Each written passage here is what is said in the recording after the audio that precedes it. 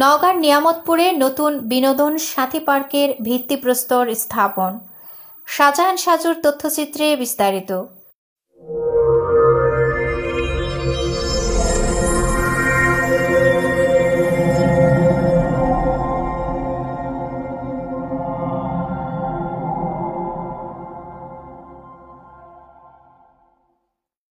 নওগাঁ জেলার নিয়ামতপুর উপজেলার ভাবিচা ইউনিয়নের আমইল গ্রামে নতুন বিনোদন সাথী পার্কের ভিত্তিপ্রস্তর স্থাপন উপলক্ষে এক জাঁকজমকপূর্ণ অনুষ্ঠানের আয়োজন করা হয়।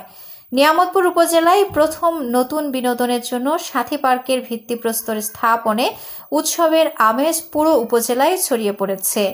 এলাকার মানুষের দীর্ঘদিনের আকাঙ্ক্ষা পূরণের পথে এটি একটি উল্লেখযোগ্য পদক্ষেপ বলে বিবেচিত হচ্ছে। এই আমইল সাথী পার্ক উদ্বোধন উপলক্ষে এখানে আসছি এবং এলাকাটা পরিদর্শন করে দেখলাম।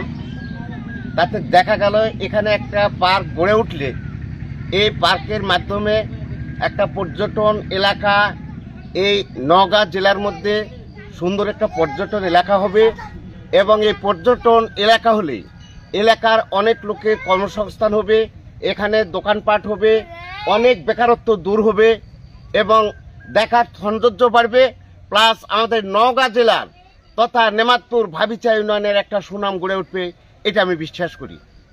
আজ মঙ্গলবার সকাল 10টায় নিয়ামতপুর উপজেলার ভাবিচা ইউনিয়নের আমইল গ্রামের সাথী পার্ক প্রাঙ্গণে ভিত্তিপ্রস্তর ও দোয়া অনুষ্ঠানে সাথী পার্কের স্বত্বাধিকারী শহীদুল ইসলাম সাথীর পিতা আলহাজ মোহাম্মদ শামসুল হকের সভাপতিত্বে প্রধান অতিথি হিসেবে উপস্থিত ছিলেন নিয়ামতপুর উপজেলা বিএনপির সাধারণ সম্পাদক ও ত্রয়োদশ জাতীয় সংসদ নির্বাচনে বিএনপির মনোনীত প্রার্থী মোহাম্মদ মোস্তাফিজুর রহমান। এ সময় বিশেষ অতিথি হিসেবে উপস্থিত ছিলেন Sonali Bank Naogaon deputy general manager incharge Kazi Mehedi Hasan. ভিত্তিপ্রস্তর ও দোয়া অনুষ্ঠানে সকাল 10টায় পবিত্র কোরআন তিলাওয়াতের মাধ্যমে কার্যক্রম শুরু হয় এবং সংক্ষিপ্ত আলোচনা সভা অনুষ্ঠিত হয়। আসসালামু আলাইকুম।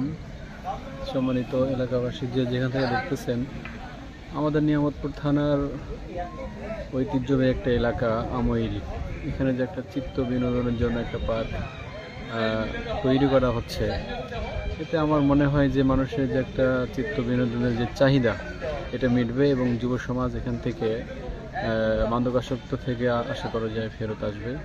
এই বিষয়ে আমরা এই পার্ক কর্তৃপক্ষের কাছে এটা প্রত্যাশা করি। অত্র এলাকার মানুষের একটা চিত্ত বিনোদন সময় কাটানো এবং অবসর টাইম বাচ্চা কাচ্চাদের নিয়ে তাদের পরিবার এই লেখাপড়া অনেক